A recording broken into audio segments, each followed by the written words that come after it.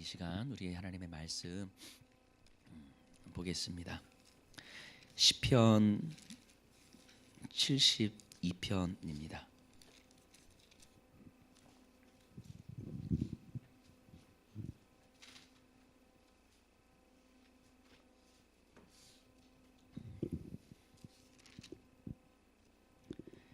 시편 72편 1절에서 4절까지만 우리 같이 좀 함께 보겠습니다.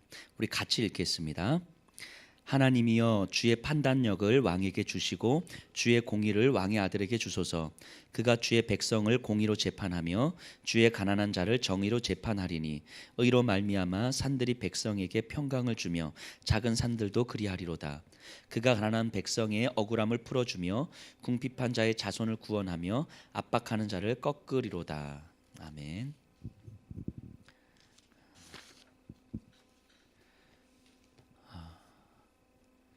우리 비가 많이 오죠. 올해 가슴에도 우리 성령 하나님의 비가 저녁 시간에 내리시기를 소원합니다. 오늘 72편은요 솔로몬의 시입니다. 솔로몬의 시. 이제까지 다윗의 시를 많이 봤는데, 자 솔로몬은요 다윗 후임으로 왕이 되잖아요. 솔로몬이 왕 위에 올라서 하나님께서 솔로몬에게 물어보십니다. 솔로몬아, 내가 너에게 무엇을 해줄까? 이렇게 말씀하실 때에 솔로몬이 하나님 앞에 한 가지를 구하는데 뭘 구하죠? 하나님 앞에서 열왕기 상 3장 10절에 이렇게 표현이 됩니다. 솔로몬이 하나님 앞에서 듣는 마음을 구합니다. 듣는 마음. 듣는 마음이라는 건 하나님의 말씀을 들을 수 있는 마음인 거죠. 솔로몬 입장에서 한번 생각해 보세요. 왕이잖아요. 근데 자신의 전임자가 누구예요? 다윗이잖아요. 다윗이 어떤 왕입니까? 그냥 잘한 왕, 훌륭한 왕이 아니라 이스라엘 역사 속의 최고의 왕이잖아요. 그 최고의 왕이 자기 전임자예요. 사역을 하다가요. 제가 이제 부교육자 할 때 이렇게 다른 게 부교육자로 가잖아요. 근데 제 전임자가 매우 탁월하신 분이었으면요, 웬만하면 그 자리 잘 안 갑니다. 제 전임자가 탁월한 분이면 그 자리 잘 안 가요. 왜냐하면 아무리 잘해도 티가 안 나거든요. 근데 제 전임자가요, 그냥 대충 하고 막 그냥 개판 쳤어요. 그런 자리는 무조건 갑니다. 왜냐면 조금만 잘해도 티가 나고 와 막. 저는 그런 자리만 골라갑니다. 자기 전임자가 탁월한 사람이면요 엄청 부담을 느낄 수밖에 없어요. 솔로몬의 마음을 한번 생각해 보면요, 아마도 성경에 자세히 언급되진 않지만 솔로몬은 왕 위에 올라서 정말 부들부들 떨었을 거예요. 마치 모세 후임자가 누구예요?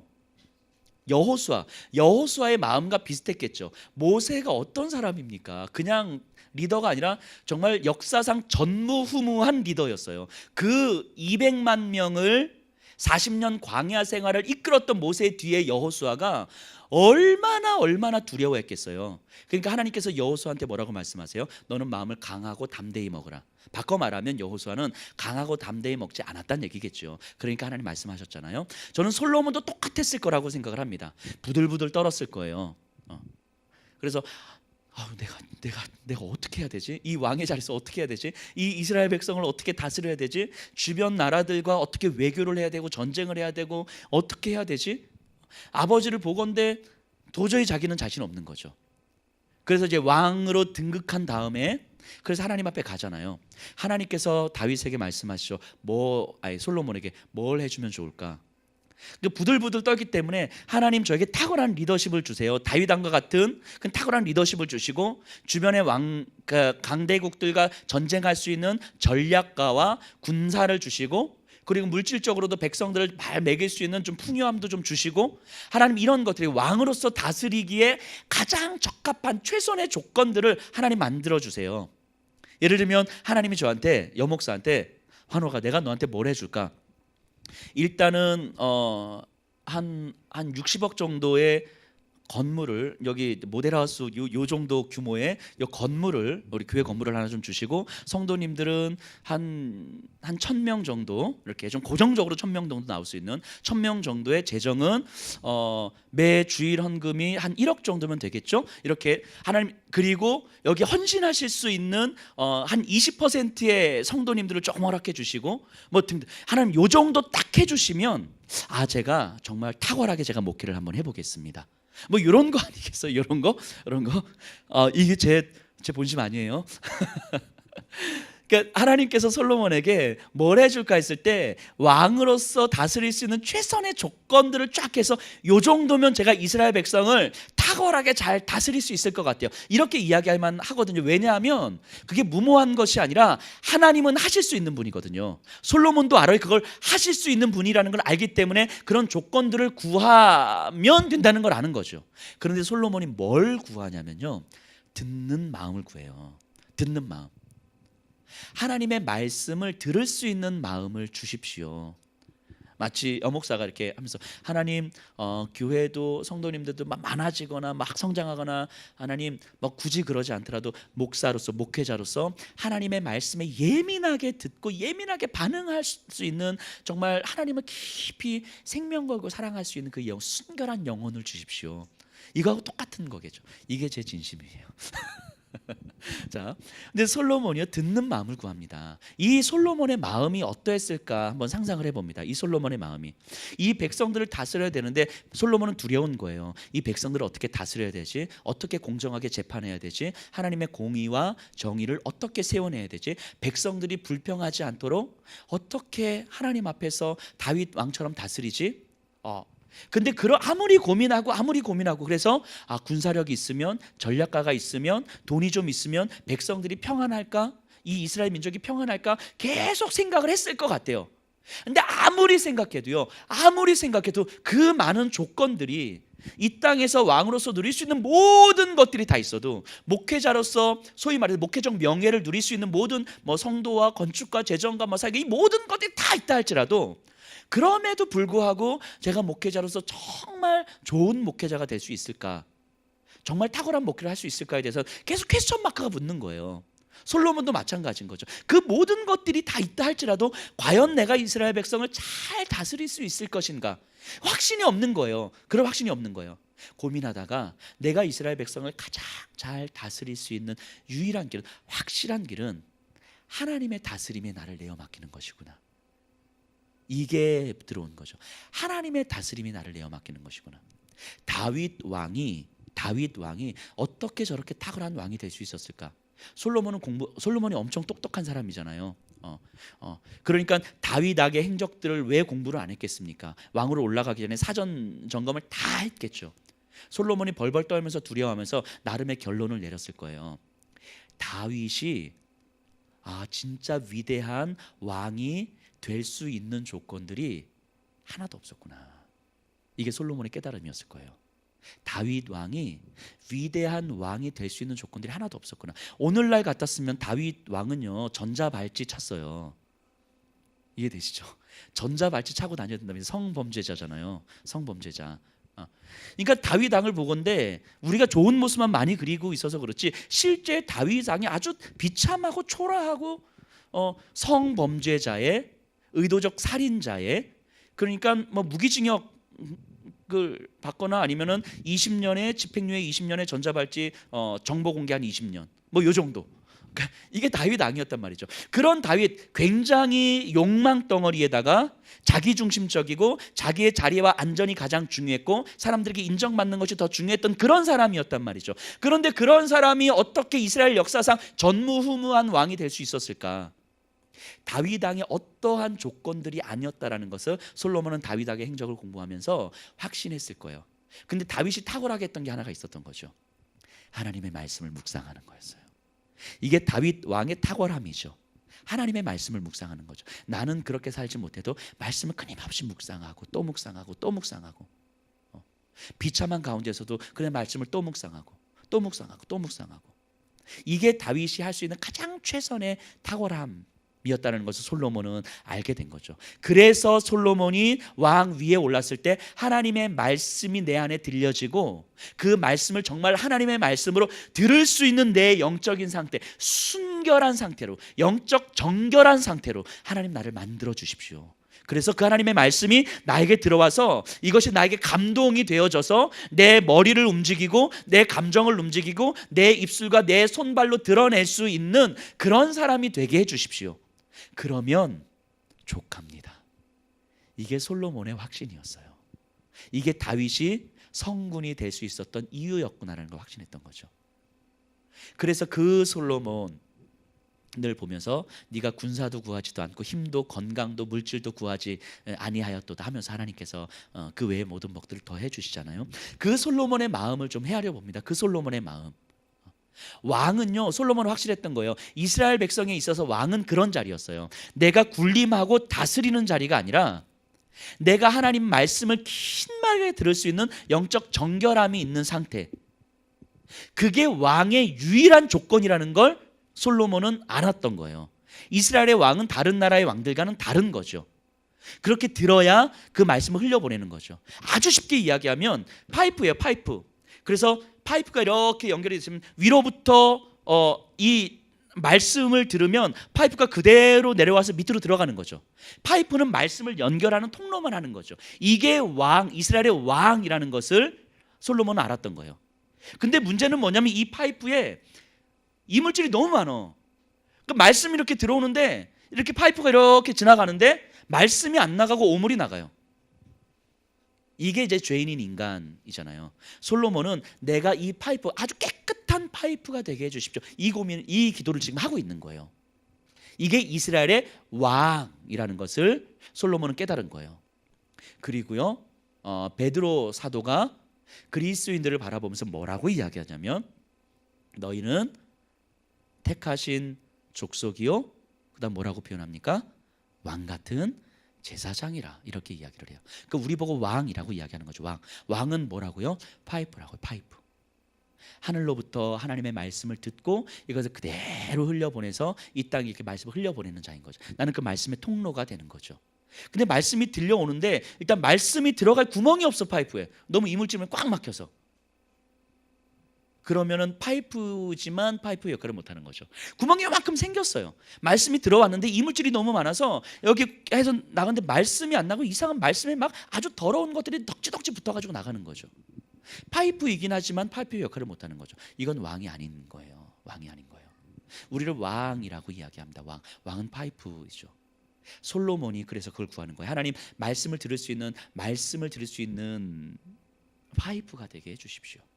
이게 솔로몬의 기도였어요. 그리고 오늘날 그리스도인들이 우리가 살아가는 삶의 모습이어야 되는 거예요. 그리고 여기 계신 분들은 파이프인 거예요. 한쪽은 하늘로 되어 있고 한쪽은 이 땅에 되어 있고, 하나님은 끊임없이 우리가 말씀을 부어주시는 거죠. 말씀을 들을 수 있는 통로가 열려 있어야 되는 거잖아요, 우리에게. 그리고 말씀이 들어와서 흘러내려가야 되는 거잖아요. 이게 왕입니다. 예수 그리스도를 믿는 그리스도인 신자예요. 이게 솔로몬의 고백이고 베드로 사도의 고백이고, 그리고 결국 우리들의 고백이 되는 거죠. 우리가 스스로 이런 질문 한번 던져봤으면 좋겠습니다. 하늘로부터 들어오는 그 하나님의 말씀이 나에게 들어올 수 있는 통로가 열려져 있는가? 그 말씀이 나에게 들어와서 여과시켜서 내 가정으로 흘러가고 내 직장으로 흘러가고 우리 교회로 흘러가고 또 여기저기로 흘러가는데, 말씀이 들어오는데 내 상처로 걸러지고 내 아픔으로 걸러지고 내 욕망으로 걸러지고 뭐 내 시기와 분노로 걸러지고 다 걸러져 가지고 나가는 거는 말씀이 안 나가요. 혹시 이러고 있지는 않은가? 우리가 회복해야 되는 것이 바로 이 솔로몬의 기도일 것입니다. 하나님, 저에게 듣는 마음을 허락해 주십시오. 우리 72편 1절 2절 보세요. 그 고백을 지금 솔로몬이 하고 있습니다. 하나님이여, 주의 판단력을 왕에게 주시고 주의 공의를 왕의 아들에게 주소서. 주의 판단력을 왕에게 주시고 주의 공의를 왕의 아들에게 주소서. 주의 판단력, 주의 공의. 주의 공의라고 하는 것은 하나님과의 올바른 관계에 서 있는 거죠. 2절에 보면요, 그가 주의 백성을 공의로 재판하며 주의 가난한 자를 정의로 재판하리니. 주의 백성을 공의로 재판하며, 내가 이 사람들을 바라보면서 뭐가 옳고 그른지를 판단하는 게 아니고 하나님과의 올바른 관계 속에서 하나님의 지혜로 판단하는 거예요. 솔로몬이 왕 위에 올라서 가장 먼저 재판한 내용이 뭔지 아세요? 어떤 재판했죠? 두 여인이 애기 한 명 데리고 오죠. 서로 자기 애기라고 우기는 거예요. 그러자 솔로몬이 어떤 재판합니까? 이 아이를 반으로 잘라라. 엽기적인 판단을 하고 있는 거예요. 이 말은 뭐냐면 누구의 아기도 아니라면 아무도 갖지 못하게 하자. 어찌 보면 굉장히 형평성 있는 판단인 거죠. 한 사람이 가져가면 또 한 사람은 어쨌든 손해를 보게 될 테니까, 그게 진짜 누구의 아이든 상관없이 한 사람은 불만을 갖게 될 테니까, 그러려면 어떤 사람에게도 이득은 안 가지만 어떤 사람에게도 손해가 안 가는 방식으로 판결한 거죠. 굉장히 형평성 있는 합리적 판단을 하고 있는 거예요. 굉장히 지혜로운 판단이죠. 근데 여기에 대한 반응들이 다릅니다. 어떻게, 진짜 엄마는 아니요, 제가 안 가져도 되니까 이 아이를 저 사람에게 주세요. 가짜 엄마는 그렇게 하시죠. 그러니까 가짜 엄마는 합리적이고 형평성 있는 판단을 하고 있는 거예요. 그러니까 나쁜 게 아니라 굉장히 합리적 판단을 하고 있는 거죠. 누구에게도 손해가 끼치지 않는 방식으로 판단하는 것. 근데 진짜 엄마는 합리적이지 않아요. 절대로 형평성 있지 않습니다.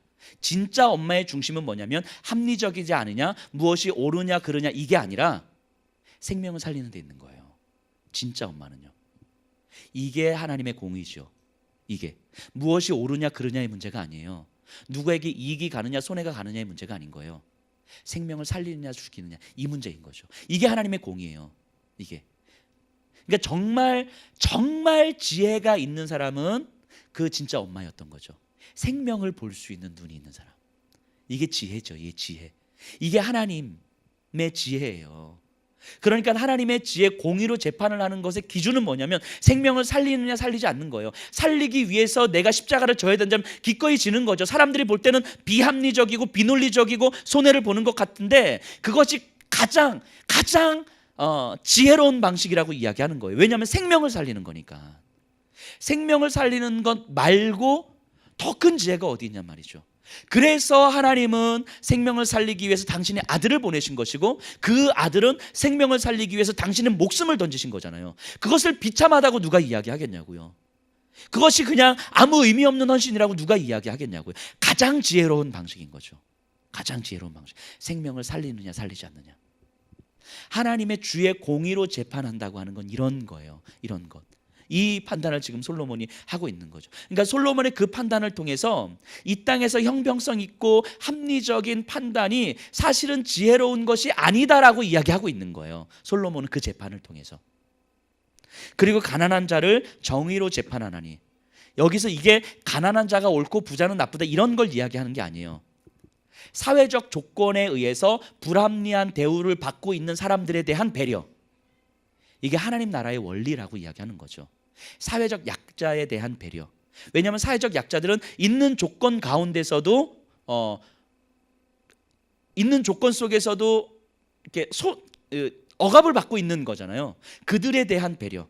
마치 이런 거하고 똑같은 거죠. 저와 비니하고 6살 아이하고 100m 달리기를 하는 거예요. 자, 우리에게는 기회의 평등을 주어야 되기 때문에 똑같이 출발선상에서 100m 달리기를 합시다. 이것이 공평한 거죠 라고 이야기하면 이것은 기회의 평등일 수 있습니다. 하지만 이것이 정의롭다고 이야기할 수 있습니까? 그렇지 않죠. 이 아이한테는 50m 앞에서 출발할 수 있는 기회를 줘야 되는 거죠. 그래야지 정의로운 거죠.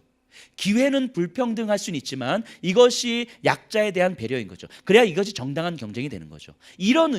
정의는 이런 거예요. 정의라고 하는 것, 사회적 약자에 대해서 충분히 배려해 주는 것, 이게 하나님 나라의 원리인 거죠. 이게 생명을 생각하는 거죠. 생명을 생각하는 것. 솔로몬이요 지금 이 고백하고 있는 거예요. 하나님의 지혜를 주십시오. 하나님 듣는 마음을 주십시오. 그리고 그 하나님의 지혜를 가지고 내가 백성들을 다스려야 되는데, 백성들을 다스릴 때 있어서 가장 큰 기준은 공의입니다. 생명이 있느냐 없느냐. 그리고 정의입니다. 사회적 약자에 대해서 충분히 배려할 수 있느냐 없느냐. 이 두 가지가 솔로몬의 기도의 핵심이에요. 이게 72편 이하에서 쭉 나오는 내용이거든요. 본문은 여기까지만 볼 텐데, 솔로몬이 하나님의 지혜 듣는 마음을 구하면서 결국 솔로몬의 삶에서 가져가게 되는 기준이 딱 두 가지가 있는데, 생명을 살릴 것이냐 살리지 않을 것이냐, 사회적 약자에 대해서 배려할 것이냐 배려하지 않을 것이냐, 이 두 가지 기준으로 왕의 자리에서 재판을 하더라는 거죠. 이건 그대로 가지고 오면 오늘을 살아가는 그리스도인들에게도 똑같은 거예요. 오늘날 우리에게 있어서 가장 중요한 두 가지 기준이 있는데, 하나는 뭐냐면 그 생명을 살릴 것이냐 죽일 것이냐, 내 생명을 보는 눈이 있느냐 없느냐. 때로는 비합리적이고 형평성에 어긋난다 할지라도 생명을 살리는 길이라면 기꺼이 그걸 선택할 수 있는 거죠. 그리고 또 하나는 사회적 약자에 대해서 우리가 배려할 수 있는가. 기회의 평등이라는 이름으로 약자를 배려하지 않는 모습은 세상의 논리일 수 있는 거죠. 이것이 그리스도인으로서 이 땅을 살아가는 두 가지 기준이 되는 거죠. 이것을 공의와 정의, 이렇게 이야기를 하는 거예요. 공의와 정의. 이 솔로몬의 기도를 통해서 오늘날 이 시대에 그리스도인으로서 어떻게 살아가야 되는지, 어떤 기준을 가지고 어떻게 살아가야 되는지 우리가 진지하게 좀 고민을 좀 했으면 좋겠습니다. 그래서 교회에서 예배 열심히, 너무너무 좋습니다. 너무너무 좋아요. 근데 이 예배 드리는 모습 가지고 정말 진짜 그리스도인이구나, 이렇게 생각하시면 큰 오산이란 얘기죠. 우리의 삶에서 공의의 기준과 정의의 기준이 있는가, 이 질문을 던지면서 그리스도인으로서의 우리의 삶을 정말 돌아보시면 좋겠습니다.